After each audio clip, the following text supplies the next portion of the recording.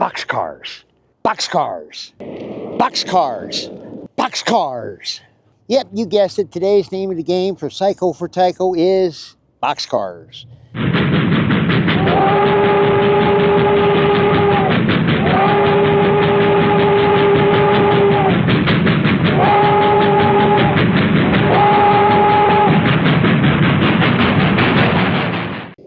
Yes, friends, today we're talking about the 50-foot plug-door Pullman Standard boxcar. The boxcar that almost every model railroad company made, more than Pullman Standard actually did. So what we're going to do with the Tyco models is we're going to go ahead and we're going to modify them so we can use them post-1968. The Pullman Standard had a long life. They started out, I'm finding builder's dates on here of 1945, and these are Pullman Standard boxcars. These are 50-foot, door-and-a-half boxcars that were built primarily for the U.S. Army and the U.S. Navy. They hauled ammunition. We're going to be building one of these as well. We're going to be building a Southern Pacific B70-10 plug-door boxcar. We're going to be building a Santa Fe plug-door boxcar, and if I can get the decals in time, I'm going to be doing a Union Pacific plug-door boxcar. But the main boxcar that we're going to be working on in this segment is we're just going to be doing the Southern Pacific's B70-10.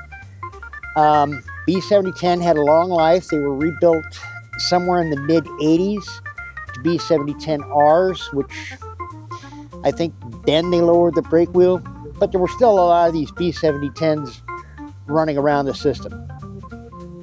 I don't know if anybody makes them in current model form, so this will be a nice, cool upgrade modification around in your layout, because you'll be running around and they'll be like, ooh, especially the SP nuts. So let's do this.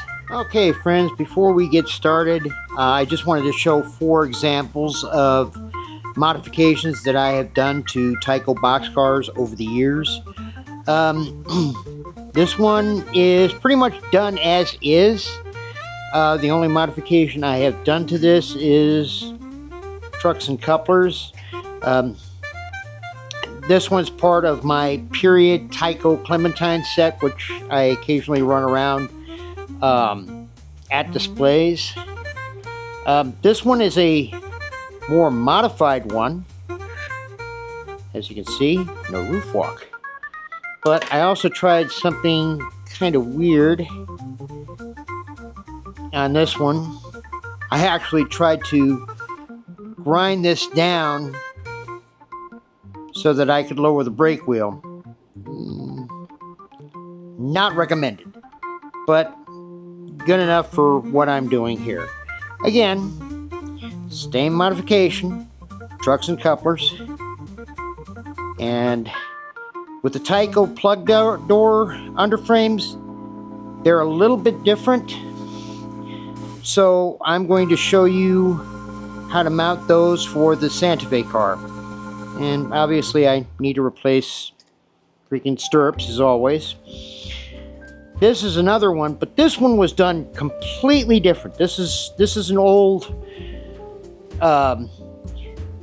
Tyco, but I was able to find boxcar ends, so I literally cut this down to make it into a flat kit, basically. So all I did was I cut off the sides, cut off the ends, cut off the top, obviously. So all I had were the sides, and then I put my own boxcar ends on it. This one basically was proof of concept in order to make a door-and-a-half boxcar like we saw in the beginning of the video. This one has the high brake wheel, but also it has the roof walk removed. So this one was proof of concept. In one of the later videos, we're actually going to do another one of these. So these are the 4 modifications I've done. We're going to work on the modification of the Southern Pacific B70-2 plug door boxcar. And we're also going to do the Santa Fe plug door. And we're going to do these with high brake wheels, so these are nice and easy to do. And so these are going to be the candidates for our first two builds. This one will be the B70. And this one here will be for the Santa Fe plug door. Both of them will just be done with high brake wheels, so they're going to be nice and easy. The only one we're going to do in this video for the Santa Fe is we're going to show how I do the body mounted couplers on this one. Other than that, I'm not going to do much about that. Now I want to bring these back, or this one back, because I want to point out a couple of things. Number one, Railbox never made one of these. And this is actually an earlier version because it's got all the coloring on there. This is the second run. First run was actually silver on the roofs and ends. So this is actually the second run. The final run, not the, I can't remember the name of it, but it was the last version. I don't have a last version here. So the last version of Tyco was literally black, no door painted black. So that's just a fun thing. This one obviously is a very controversial car because it's a train set for kids. Now I've done two things to this. I've added a few decals just for dimensions, the COTS label, and reporting marks. WN Wasatch in Nevada. From, if anybody remembers, Breakheart Pass with Charles Bronson. But yeah, just a couple of quick notes on that. And so let's get started with doing the B70-2. All right, so the build for the F70-2 is going to be super easy, and it's probably going to be one of your greatest boxcar rebuilds there is. So let's just go over the parts. First of all, this came out of my scrap box, which is great because I ordered one and it hasn't shown up yet. But this is Details West part number FF182. And this runs about, I would say, anywhere from $3 to $7. It doesn't come with trucks. I've got some Atlas trucks on here. What you want to get for this particular model is 70-ton trucks. Whichever ones you want to get, Atherns, Eve models, it doesn't matter. But these should be, this should be suitable for the build. You want to get AccuRail. God, AccuRail is amazing too, because AccuRail is like my savior for parts. This is AccuRail part number 107. It's the 50-foot steel roof, and that's the cool thing about it. It's pretty much the same as this roof. Obviously, you're going to need a Tyco boxcar. Now, there is a problem, and forgive me, my microphone died. There is a problem between the Tyco PS1 versus the F70, and that is very few cars actually had this side sill. So we're going to have to modify and straighten out the side sill here. That's why I've got this piece of brass. This is going to be great for marking it and at least getting it straight enough to fit. Now the other thing we're going to need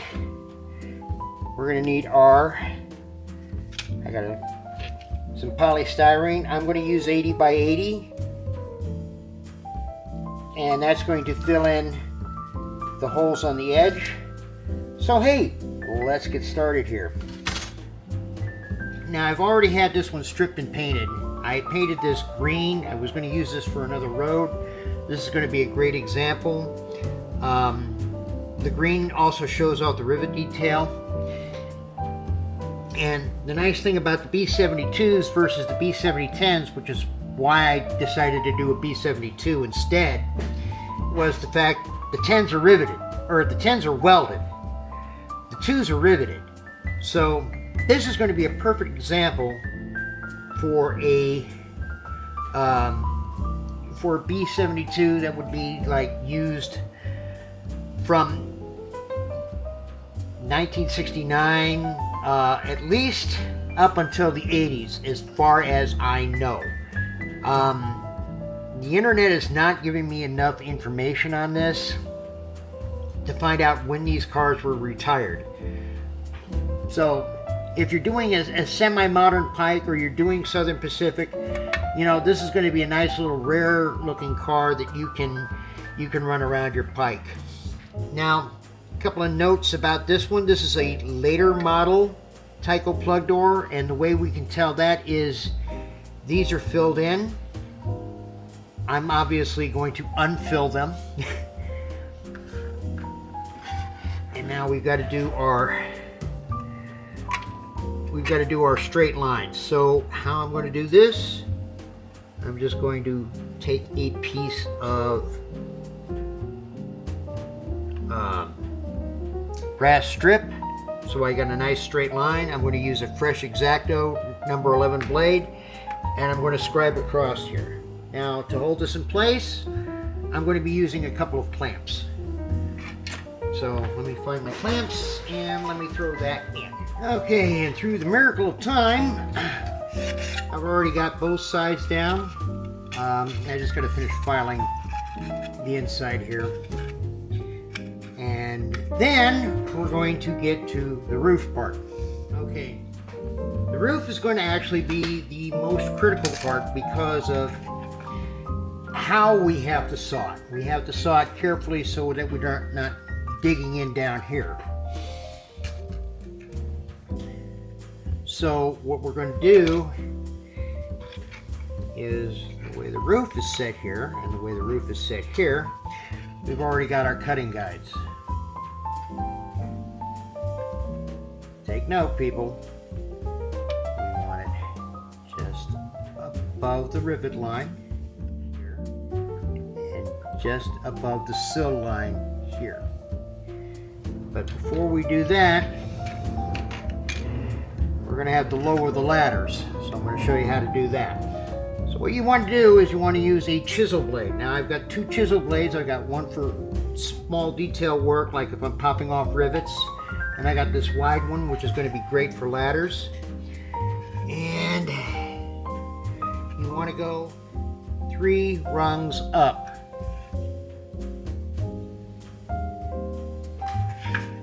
And you want to also make sure you don't mess up this rivet detail here. By the way, that's why I painted it green, so that all these things show up. So now we just got to be super duper careful when we're making our first strip. So we're either going to use the chisel blade, or we're going to use the X-Acto number 11, just so we can start getting in our initial gap here. And this is another reason why I painted it, so I can see how deep I'm going when I'm cutting these. And we're going to do the same for the other side. All right, so we've got both sides lowered. We're not going to worry too much about the ends, especially this end.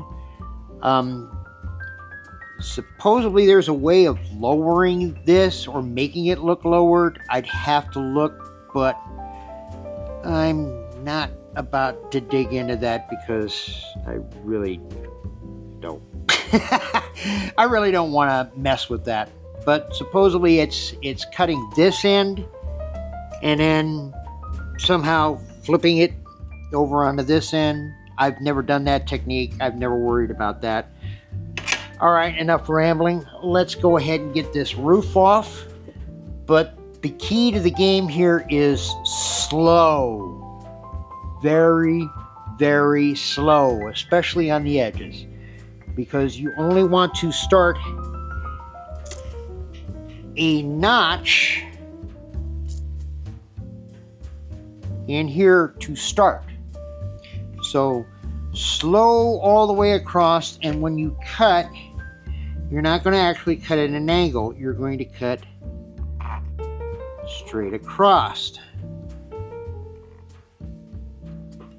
So it's going to be very slow. That's why I'm using the shallow blade.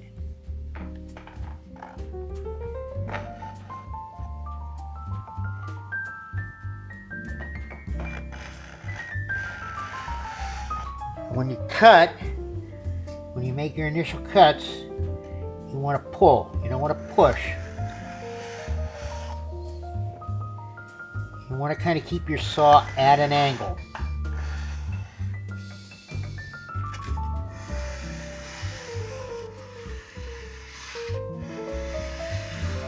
Now once you get it good enough, then you can start sawing forward. But again, slow is the key. Slow is smooth, smooth is fast, and that's what you want. Well, let's check your work to see if you're starting to make daylight. Once you start making daylight, stop. We're not sawing all the way through. But if you saw all the way through, that's fine too. Also, another quick pointer, okay, always keep checking your ends.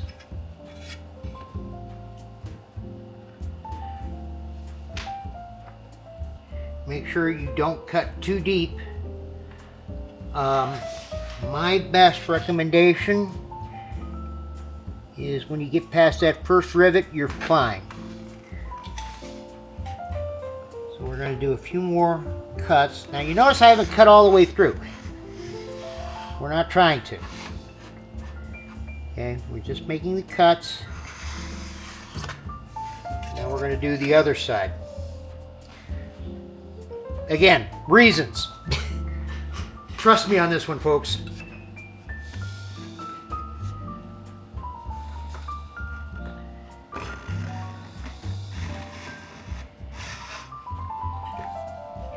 So as you see, I've made 2 decent indents. This is actually going to be our starting point because we have the peak here. This here, you will saw at an angle, but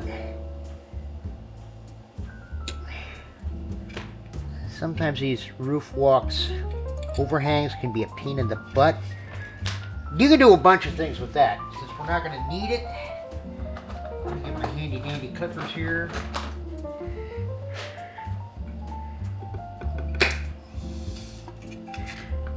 I'm just going to get rid of those right off the bat. And as you can see, we're going to work right under the rivet line.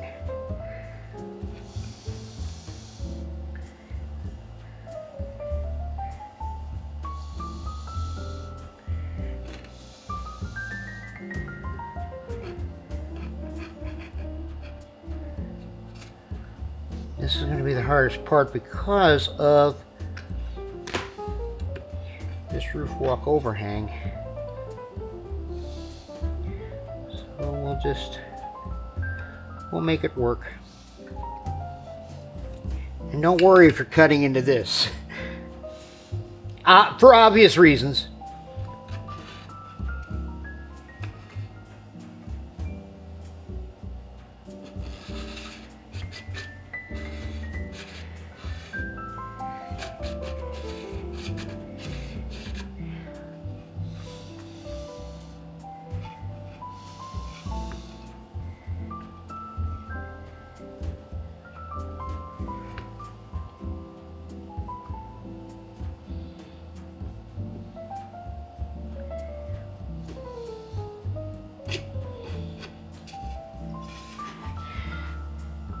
All right.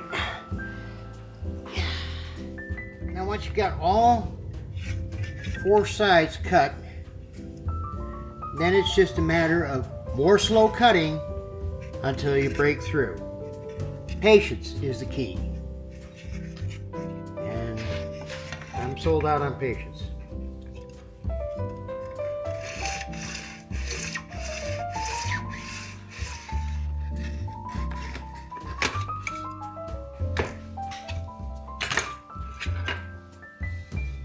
And And there we have it.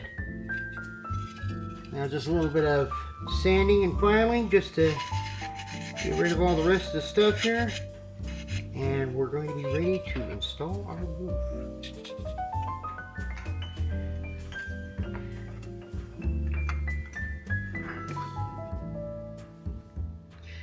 Now the AccuRail roof has one big problem.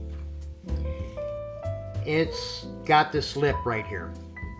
So we're going to obviously have to get rid of the lip. There's two trains of thought on this. We can either file it down forever. We can utilize the same saw method.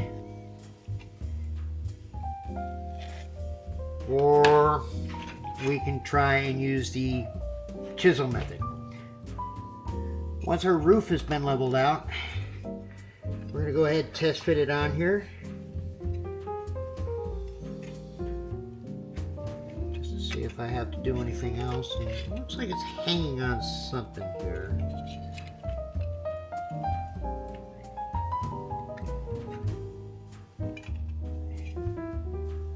Okay, I've got a little bit of a lip here from cutting. Let's see if I can just...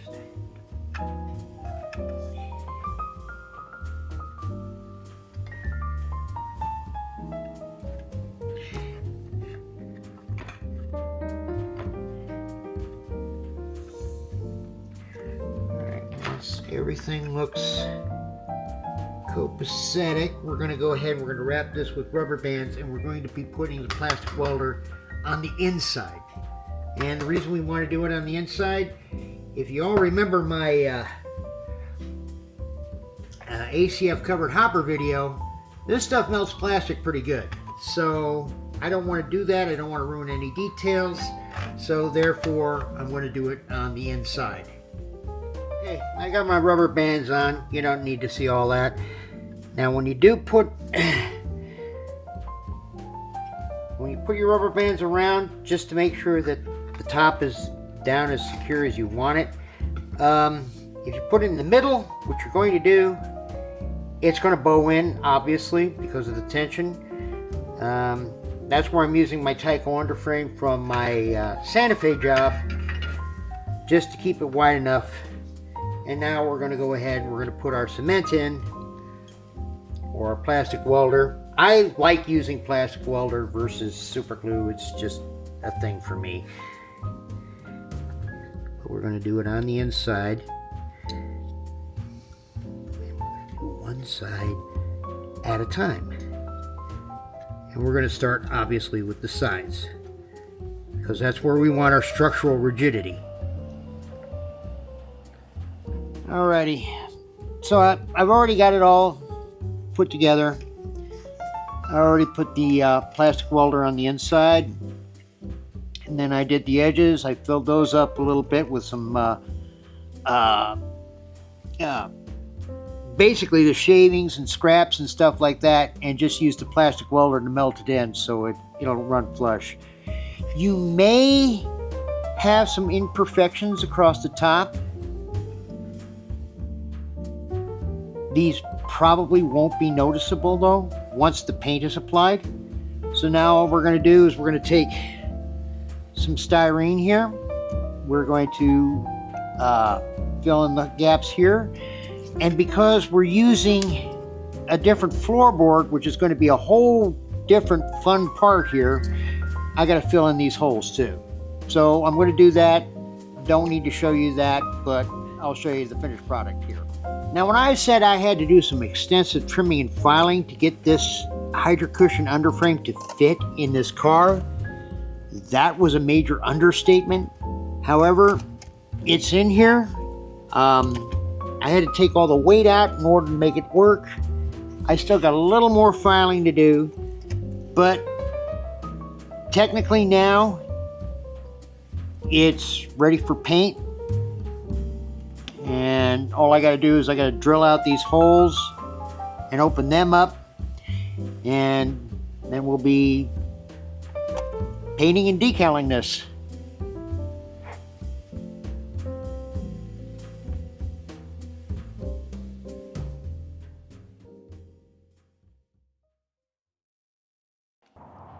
Hey friends, I know you're at the end of the video and all that, but I just wanted to give a quick shout out that if you're in Carson City or any of the surrounding neighborhoods, come on down to Mills Park where the Carson City Railroad Association, my model railroad club, happens to be at. We've got both HO scale and N scale.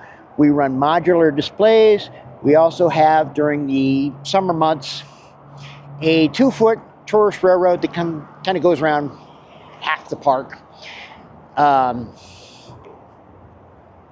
Membership fee is about $35. If you want to run some trains, come on down.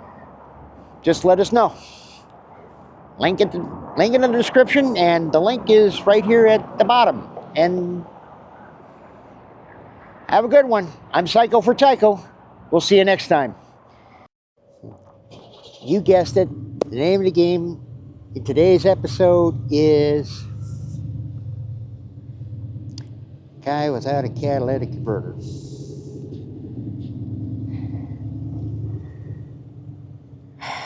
All right, a new blooper.